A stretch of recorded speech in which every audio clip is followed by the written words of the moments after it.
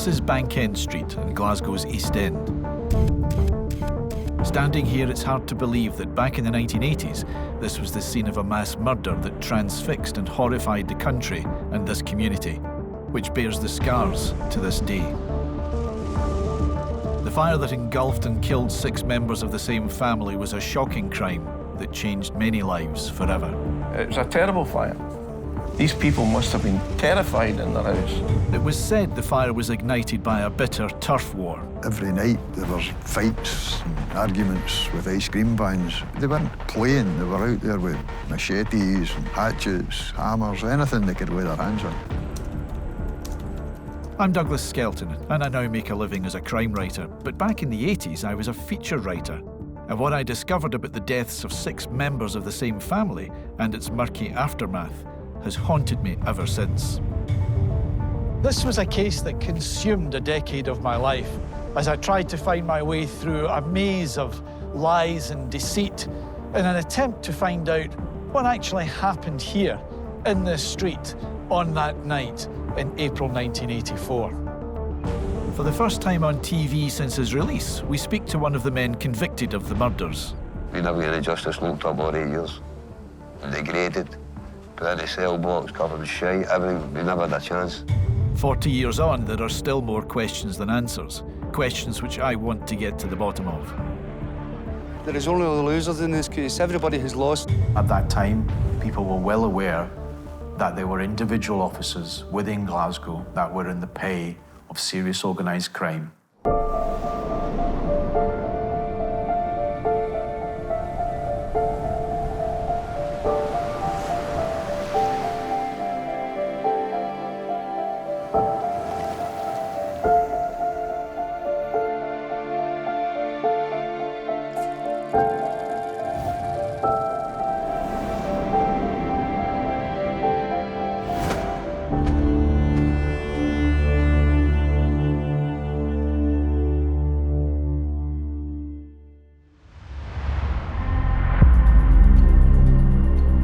In the early hours of April 16th, 1984, someone crept up the stairs to a top-floor flat in Banken Street, doused the front door in petrol, and lit a match. Inside, the Doyle family was sleeping. Decent, hard-working, they were well-liked. 6 members of the family, including an 18-month-old baby boy, died in the inferno. 5 months later, in September 1984, the trial for the murders began. In the dock were Thomas T.C. Campbell and Joseph Steele, whom, it was alleged, had been overheard in a nearby pub discussing the attack. The Ice Cream Wars case, as it became known, still casts a shadow over Glasgow and continues to trouble me. Because unlike other stories I've written, this one has no ending. Why did this happen? What lay at the heart of the murder of an innocent family? And who was really responsible? The Doyle family murders took place against the backdrop of Thatcher's Britain. Much of the city was mired in desperate poverty.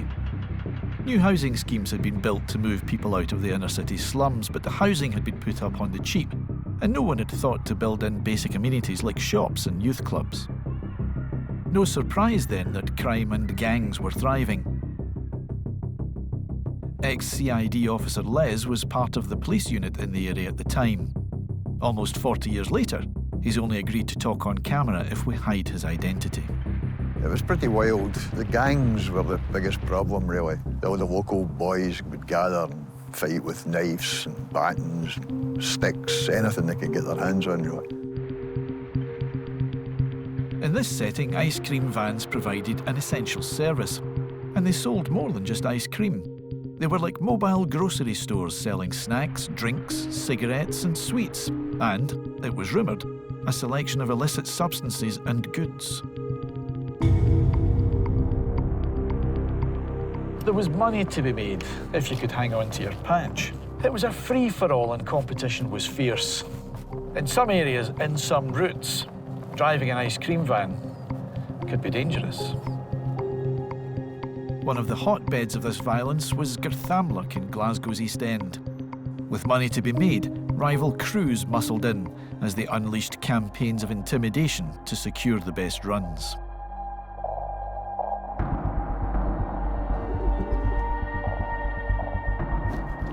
Joseph Steele grew up here, and his life was about to be changed forever by the violence that was erupting around him. I want to know just how bad it got.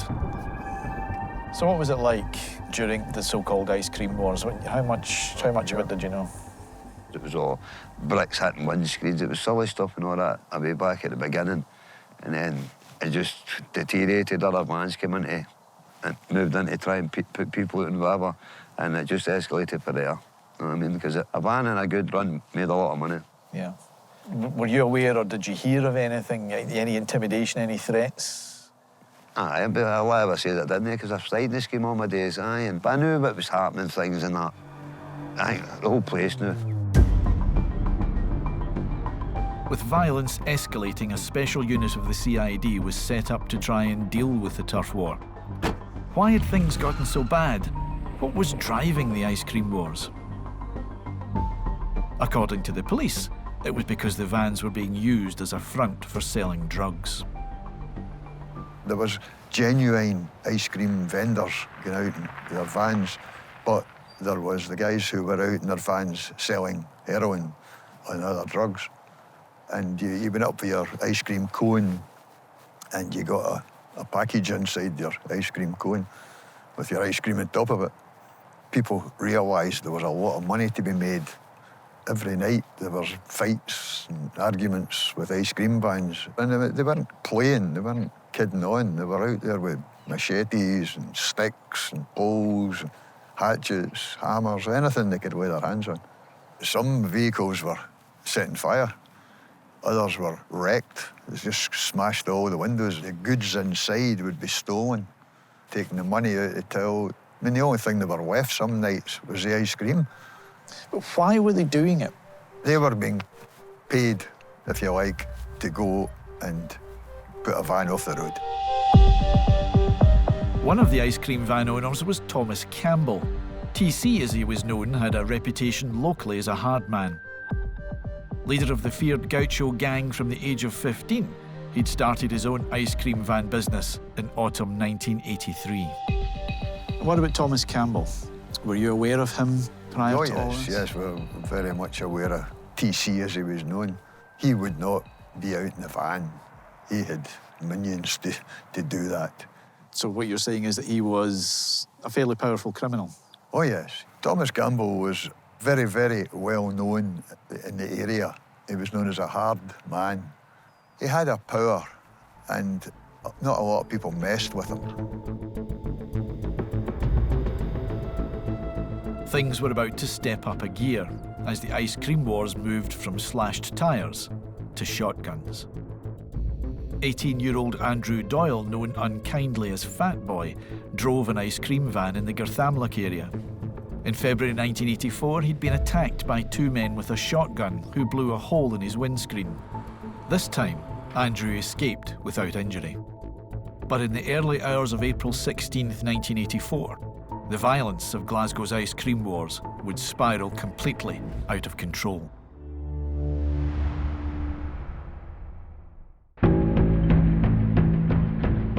In 1984, in Glasgow's East End, a turf war being fought to gain control of lucrative ice cream van routes seemed to be escalating. Being involved in the trade could be bad for your health, as targeted attacks by rival van owners became commonplace. And on the evening of the 16th of April, Andrew Doyle was once again the target. He lived with his parents and three brothers in a top-floor flat in Banken Street. The flat was unusually crowded that night. Andrew's eldest brother Jim was there because his wife had given birth at a nearby hospital only the day before. The Doyles' daughter Christine was also in the house that night. She'd had a bad row with her husband, so had moved back temporarily with her baby son, Mark. Between 1 a.m. and 2 a.m, somebody crept up the tenement stairs carrying a can of petrol. They splashed it round the wooden front door and the door to the storeroom beside it. That contained old cans of paint, some tyres, some wood, and a bedspread. The attacker then put a match to the petrol-soaked wood. Soon the tyres and the paint exploded into flames. Doors just don't go and fire on their own. Somebody has to do something, and it was obvious at that point it was willful fire raising. The big problem was the people in the house and getting them out. Onlookers below watched helplessly as one of the brothers, holding the family dog, jumped from his fourth-floor window. Living only a few streets away in Garthamloch, Joe Steele heard about the blaze on the radio. When you heard about the fire, how did you feel? What was your reaction? I was in my ma's. My granny was no well. She had a wee tranny. She used to listen to the VHF, like a scanner, like a post, thinking it came out about a fire in Banken Street at the time. And I said to my ma, a fire in Banken Street, occupants trapped. I remember saying, God bless us and save us. And that was the first time I'd ever heard. It was fucking horrendous. Right bad, horrendous, man. I want to find out more about what caused the fire and why the blaze took hold so quickly. Ian Miller was the highest-ranking fire officer on duty. We got a crowbar and we eased up the doorstep, and when we did that, we got the immediate smell of an accelerant, and I alerted the police officers present that they would need to get forensic officers out to the incident. How intense would the flames have been inside the flat? Probably the best example I can give you of that is if you've ever seen a tyre burning, felt the heat off it, seen the dirty black smoke that comes off it. That's what would be happening in this fire. These people must have been terrified in their house because inside their door was burning and they weren't going to get out. I was out in plainclothes duties. I got word over the radio that the fire brigade were attending the house. I knew right away, this is trouble, no doubt about it. This is somebody up to no good here. I didn't for a minute think it would be as bad as it was. And when we got there, it was unbelievable. The flames were everywhere. And as I got to the close, I went to go up the close, and Andy was on his way down. All he'd done was his wife rinse. He was black, and I took a hold of him, and all I could feel was like crust on his arm. And he kept saying to me, Wes, you know who done this? You know who done this? I knew this has got to be all to do with the ice cream war. It had to be, you know, there was no other reason. The Doyle family were not criminals in any way. They were all innocent people trying to make a living, and they suffered for it. Although Andrew would walk away from the blaze, he would later die in hospital, alongside another 3 members of his family, including 18-month-old Mark, and 2 others who never made it out of the house. But why pick on Andrew Doyle and his family? Someone did wish them harm, and the hunt was now on to find out who.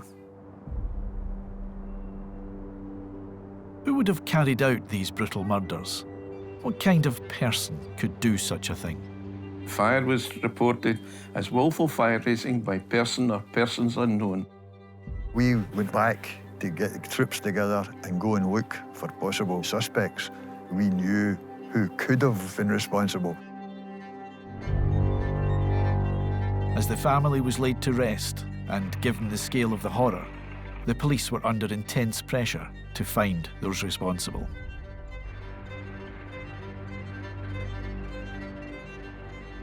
A team of 50 police officers was brought in to investigate. Over a few weeks, they interviewed more than 1,500 people and took 4,000 statements. But how far would they go to catch the killers? The first apparent break in the case was the evidence of someone called William Love. In March 1984, William Love had been arrested and charged with armed robbery. Although he was in Berlin at the time of the firebombing, he claimed to know who was behind it and was prepared to tell the police. For a price. William Love told detectives that he had overheard a conversation in a bar called the Netherfield. 3 weeks before the fire, a group of men had talked about setting fire to Andrew Doyle's door to give him a fright. One of those men, he said, was local gangland figure and van owner Thomas T.C. Campbell. After tipping off the police about the conversation in the Netherfield bar, the armed robbery charge was dropped and Love walked free. Everyone saw it for what it was, a deal. Why would the police accept the word of a known criminal desperate to secure early release? Why would a jury? The police needed more evidence. This was once the Netherfield bar where Love claimed to have overheard the all-important incriminating conversation. It's certainly seen better days. The bar's important in our story because the police found a second witness to the conversation Love said he overheard here. His name was Joseph Granger, and he also had a criminal record. The police said that in his statement, he went further than William Love, that he cased 29 Banken Street for the fire raisers, and then a week later was actually with Thomas Campbell on the night of the petrol bombing. Having identified Campbell as the lead perpetrator, Granger also told police there were others involved in the attack, including Joseph Steele. Granger has just implicated TC, Joe Steele and himself in a mass homicide. The question was why? Curiously, police never seemed to question why Granger was volunteering his role in a multiple killing. Unlike Love, he didn't need to bargain for his freedom. And stranger still, he wasn't charged. Instead, they just let him walk away. The two police witnesses had named Thomas Campbell and Joseph Steele as the men responsible for the attack on the Doyle family. The police carried out dawn raids on both their homes. When they searched Campbell's house, they allegedly found 6 masks, 3 pickaxe handles and a baseball bat. They also said they discovered a map with Banken Street, the site of the fire, circled in blue. According to the police, Campbell then panicked and blurted out an incriminating comment. The fire at Fat Boys was only meant to be a frightener, which went too far. Thomas Campbell was subsequently charged with the murders. Joe Steele was also brought in and questioned, and, just like Campbell, allegedly incriminated himself upon arrest. Just like Campbell, Joseph Steele also helpfully incriminated himself. Immediately after caution, he was reported by police as stating, "I thought you'd have been here before now."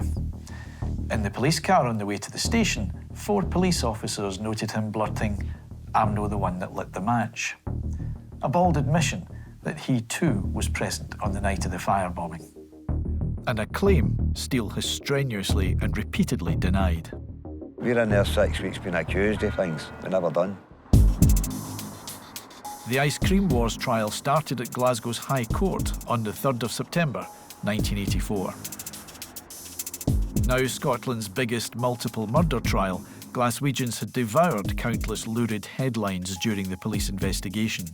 The suggestion, of course, was that anyone accused of the murders was probably guilty. I just knew in my heart. The minute I landed in the dock, I knew I wasn't going home again.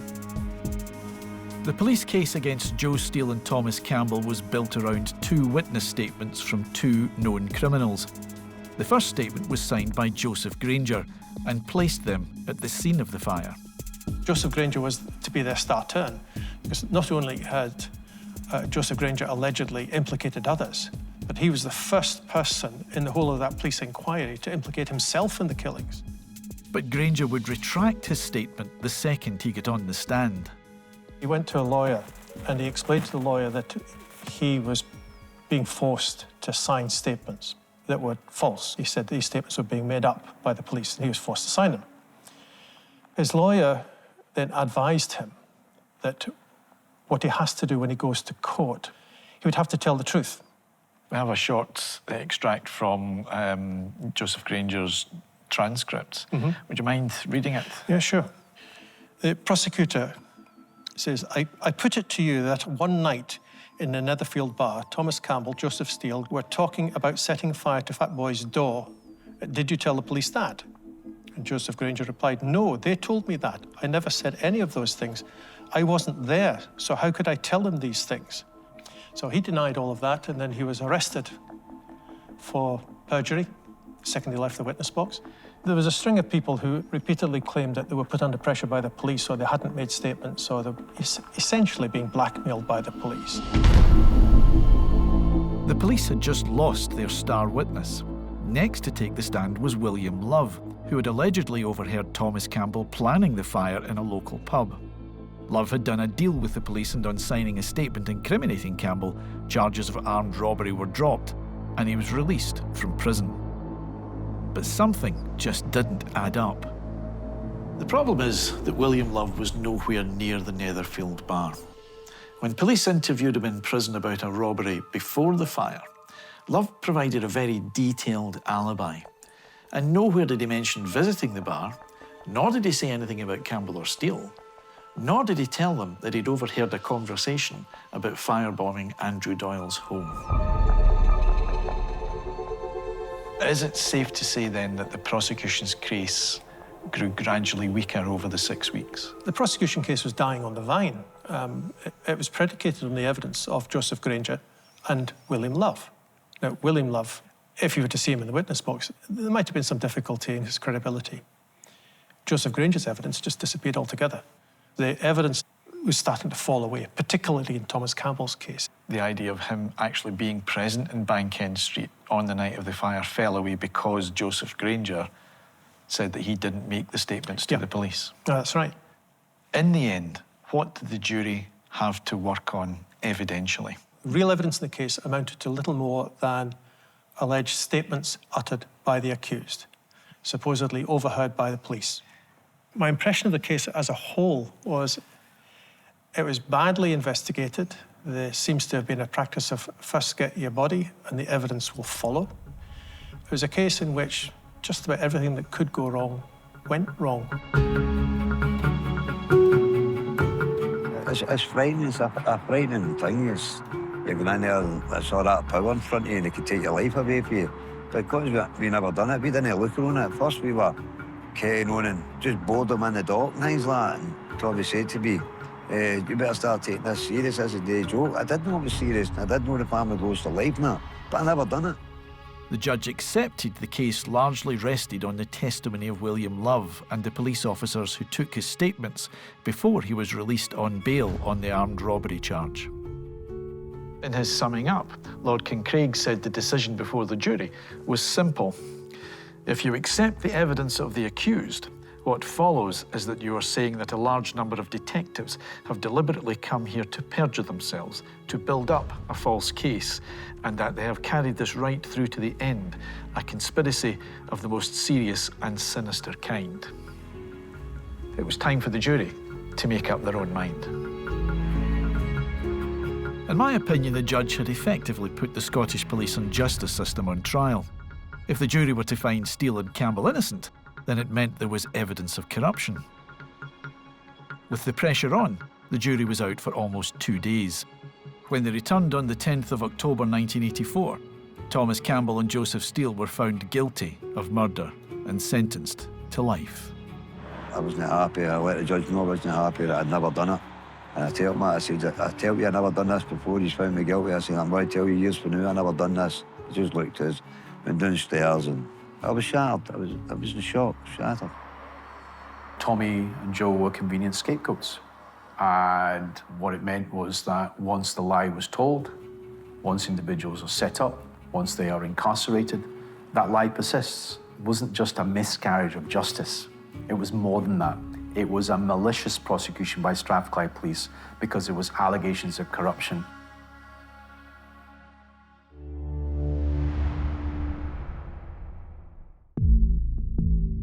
In 1984, Joseph Steele and Thomas Campbell had been sentenced to life in prison for the murders of 6 members of the Doyle family in a horrifying fire attack. An alleged act of intimidation born out of Glasgow's ice cream wars, which had gone horribly wrong. But this was a case that was far from closed. The two men persisted in their claims that they were innocent and had been fitted up by the police. I never killed anyone in my life. Never will. The fire at Fat Boys was only meant to be a frightener which went too far. I never said that. I just never said it. It's as simple as that. The two convicted men would lose an appeal against the convictions, but always protested their innocence, a claim that Joe Steele maintains to this day. Well, this is the side of the High Court building. Where would you have been brought out on that final day? And I'd go there. And then what happened after that? We come up for the cells, we moved here. The prison van we went to was further down there, so we had to come out that door there, walk right down there, past all the press, all the photographers, all the public sitting up there shouting and screaming and whatnot. We had to walk down there. Basically what they were doing is that we had to walk by all the press, that's what they arranged it to, so they get their photographs and whatnot, the so-called ice cream killers. When you think about Joe and Tommy, you wonder how many other men and women were the victims of miscarriages of justice, because at the time, judges could not believe that police officers would perjure themselves in court. I still have some questions about the case and whether drug dealing was at the heart of the ice cream wars. Was that news to you when you saw the headlines about the ice cream wars being a drug war? All right, of course it was, because there was never anything like that mentioned in my trial. To do with drugs on ice cream fans and inside B cones and things like that. That was all nonsense. I was shocked at that. It was all down to the runs. And the bigger a run, the more money you got, kind of thing. So, not to do with drugs whatsoever. Never. We were locked up a lot of the time because we protested to be day one. I'd done my escapes and on roofs and things like that, and hunger strikes. I'd done all that. But at the beginning, nobody's interested, nobody's listening. It was early years, but to keep it going. Incensed at his wrongful conviction, Joe was determined not to go quietly. He began an audacious campaign of escapes and publicity stunts to keep the case in the public eye. So tell us about your first escape. My ma couldn't visit the jail because she was no well at the time, and every 3 months she would make out a compassionate visit kind of thing. And I went out to see my ma. So I was going to do a runner, and I decided I'd just go on a roof and protest. Yeah. To draw press attention, he slipped his prison escort during a home visit and escaped onto the roof of his mother's house. How long did you stay up there? 6 hours or so. And were you punished for this at all? I went back to prison. Aye. Joe escaped on 2 further occasions. The second time, he made his way to London and handcuffed himself to the gates of Buckingham Palace to ensure press attention. The third time he escaped, he hid out in a remote Scottish island and even conducted a TV interview. I want my freedom, and I want to see whoever killed the Doyles charged and convicted. The real killers caught and brought to justice. As time went on, more and more people started to say they were innocent, until eventually it seemed to be the vast majority of people believed in their innocence. Whilst on the run, Joe also climbed a pylon next to Barlinnie Prison. There was a method to this apparent madness of Joe's escapes. All 3 incidents were designed to attract attention to the injustice of his plight. He was always going to hand himself back to the authorities after each protest. Years in later, a couple of staff came to me. They were saying things like, between you and I, we think you're innocent, that. And I used to say, well, why between you and I? Why not tell everybody what you think? And by that time, were attitudes changing towards you and Thomas Campbell? Aye. Certainly after the escapes and things like that, it did change. Changed a lot. Prior to that, in the early days, it would be convicted killer. Aye, ice cream Joseph monster. Steele, ice everything. cream wars killer, ice cream Aye. wars monster. Like that. But then it began to change. Early years, aye. Yeah. Did you start to feel a bit more hopeful when you saw? Of course I did, aye. It felt a lot as if something would happen eventually. Thomas Campbell, meanwhile, resorted to more desperate measures, and he went on hunger strike and said he took no food for 97 days. When Tommy went on hunger strike, No, there were no half measures. But, and plus he was doing a lot of writing and things like that. Tommy done well that way. The fact that both men continually maintained their innocence, as well as concerns about the alleged conduct of certain police officers in the case, went a long way to change perceptions, including my own. And by the 90s, myself and my colleague Lisa Brownlee began to do some investigating. Watching Joseph Steele and Thomas Campbell's protests, it became clear that perhaps they had been convicted on bad character rather than good evidence. Their campaigns were incredibly compelling, and I wondered if there was a way that any inconsistencies in the Crown case could be unpicked and to look at any lines of inquiry that the police may have failed to follow up after the fire. Something clearly didn't add up, so we kept on digging. We needed to track down the one man who could provide answers. William Love had escaped charges of armed robbery after telling a jury at the original trial that he'd overheard a conversation in a pub that implicated T.C. Campbell in the killings. We tracked him down in London and drove down to meet him. On a cold, misty February morning, we came face to face with the man who had seemingly single-handedly put Campbell and Steele behind bars for the murders of the Doyle family.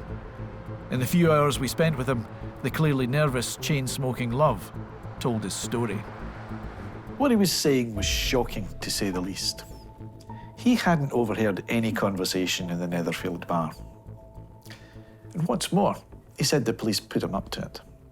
In fact, he claimed that they'd met many times in order to work out exactly what he was going to say in court.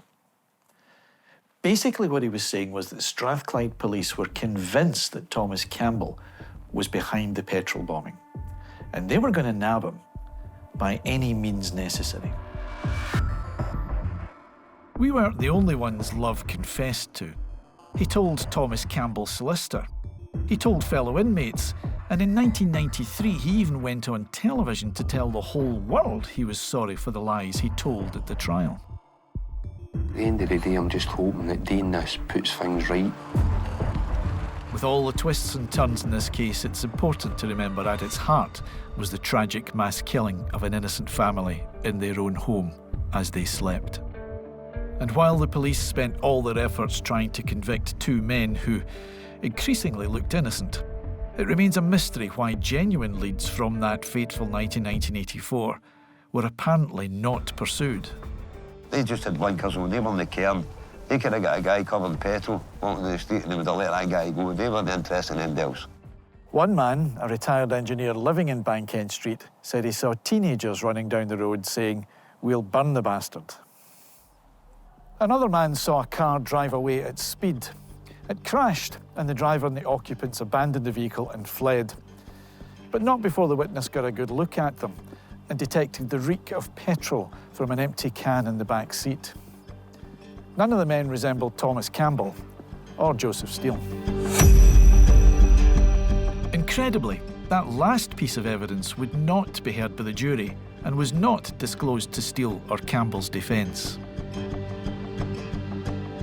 12 long years passed before a second appeal was granted in 1997. That there had been a gross miscarriage of justice was clear for all to see. But was anybody listening? Did anybody care? Or was the system so broken that it was content to leave Campbell and Steele rotting in prison for a crime they didn't commit? Individual police officers must have conspired to fit up and put innocent men behind bars, and they stood accused of corruption by my client, and they then persisted in a lie, keeping these individuals behind bars for up to 20 years.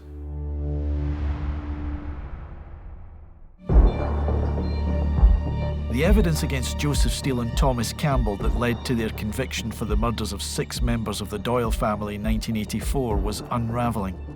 But the Scottish justice system wasn't done with them yet. Tommy believed that police officers had conspired to put him behind bars when they knew who the actual individuals were responsible for the fire. There we go. Right, thank you. After 12 long years of hunger strikes and protests, they would finally get their day in court. In late 1996, after lawyers received a sworn statement from William Love, the man whose lies had helped convict them, they were granted an appeal. Joe Steele and Thomas Campbell were immediately released on bail. How did you feel when you heard that you were going to get your day in court again after all that time? Jubilant and delighted, because finally we were going to be heard. That was the way we looked at it. I always knew if somebody was brave enough, if I looked at our case, I always knew they would only come to one conclusion, because Beast never had been went to trial with the evidence they had. So I was delighted. In February 1998, the appeal was finally heard. I am quite confident at the end of the day that justice will be done. With no evidence against them, what could possibly go wrong? I had real concerns because there are many innocent people behind bars. And said once you're inside, the system doesn't operate to release you or to free you. If they were to be freed, then the police would have questions to answer about the methods they used to secure the original convictions. That was a bag of nerves, because although I was going there and I was going in to fight my case, whatever, there's just something there that frightens you, and I was feared that day. That's the truth. I was feared that day. Joe Steele came to court with the 15-year-old son whose childhood he'd missed. I looked at Tommy and the daughter, tears in my eyes, and I just knew in my heart, because they surrounded all around about their family and all right round the court. So, and they were an atmosphere, a right bad atmosphere. To everyone's shock and dismay, the judges upheld the conviction. The appeals should, in my opinion, be refused. I knew in my heart we weren't getting it. Inexplicably, one of the appeal court judges read the wrong file, and the appeal failed on a technicality. Instead of heading home to rebuild their lives, Joe Steele and Thomas Campbell were immediately returned to prison, to the anger of their families and supporters. They know he's innocent. What are they trying to do to him? They're trying to bring him down, they'll never do it. The men would serve nearly 4 more years before a third appeal was heard. A late addition to Thomas Campbell's legal team was a young lawyer, Amer Anwar. By the time that the appeal was pending, there was police officers, there was people in the establishment, people would talk about it and say that these men were innocent. So I remember meeting with Tommy the night before, preparing. Huge pressure I could see on Tommy. Huge pressure on us as a legal team. And it was nigh impossible getting the legal system to release somebody who's innocent. You'll usually find the excuses to keep them behind bars. And I was very conscious of the fact that the next day that Tommy and Joe could go back to prison. The thought of that happening again would be catastrophic. What was the basis of that appeal? Something that concerned us right from the beginning was the confessions, because both Joe and Tommy always said that they never confessed. And when you looked at the statement of TC, there was 24 words in that statement. But all 4 police officers had word for word identical statements. Now it is impossible to have that recall. After being arrested, Tommy Campbell allegedly said the fire at Fat Boys was only meant to be a frightener which went too far. According to the police, Joe Steele said, "I'm no the one who lit the match." 4 separate police officers had noted these comments, word for word, in almost identical terms. So we had a professor come in, a world-renowned professor who came in and said that there was, I believe, at its highest, usually only 30 to 40% of something could be recalled. And at the most, even if you were a trained actor, it would be 17 out of 24 words you would have instant recall. But the fact that these officers were saying that all of them, all 4, wrote 100% recall made it impossible. So the judges accepted that. That was a major plank of the defence case and the appeal case. Although the officers insisted that it was said, the fact that their evidence was exactly the same, even down to pronunciation, seemed to point to collusion. The new testimony proved decisive. Judge Lord Gill said the evidence is of such significance that the verdicts of the jury, having been returned in ignorance of it, must be regarded as miscarriages of justice. 20 years after their original sentence, the 2 men finally heard the words they had always dreamed of. The original verdicts are quashed, and you are free to go. There is only the losers in this case. Everybody has lost. The Doyle family have lost their family. We've lost our lives in prison. And for 20 years, justice has lost. Do you think the case against them was strong enough? Having seen everything that's happened, no, I don't think it was.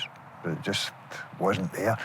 Campbell and Steele were named as the two men responsible, but it was never proved. And I always believed it was a one-man job. Since they were released, it just makes you think, I don't know, perhaps it wasn't them, but we'll never know. Never know unless somebody owns up, which is highly unlikely.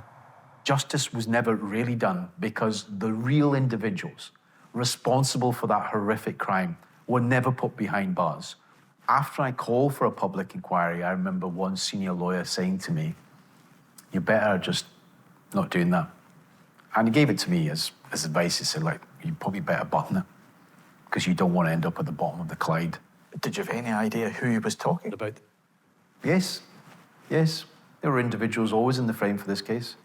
At that time, people were well aware that there were individual officers within Glasgow that were in the pay of serious organised crime, and there was corruption. And we didn't see any police officers removed, sacked, sent to prison. So it begs the question, why not? Yes, it was terrible, it was disgraceful. Nobody wanted to say anything. There's always that when you've got gangsters involved. They do not want there to be an inquiry. They don't want the truth to come out. And that's why, however long it takes, it has to happen.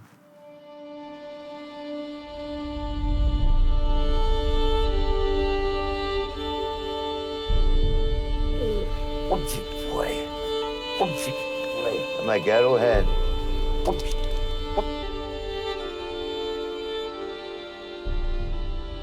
You were in jail for around 20 years, and it's been another 20 years or so since the appeal. How do you feel now? Is there still some sort of bitterness? Is there anger? I am bitter. I am angry because I've just lost my son there and all. I'd already lost half his life. Do you know what I mean? So I am bitter. And somebody will say, I hate the police. I hate the police that put us away and told lies and fitted us up. So basically, Tommy Campbell in that speech that he gave at the appeal court said that, you know, nobody has any justice here. Do you think that's the case? Aye, it's on the head. As much as Tommy was a villain, he was this and that, it fucking killed him. Being accused of something like that seems it did bizarre. Mm-hmm. You know what I mean? But also for the Doyle family, they've... Obviously the Doyle family, lost their whole families, you know what I mean? Well, they should have been safe in their fucking bed. They should have been safe.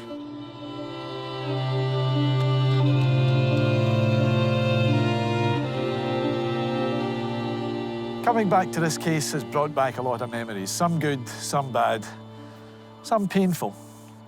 But what it's reminded me is that this case was and remains a stain on Scottish justice, and I'm afraid even the police.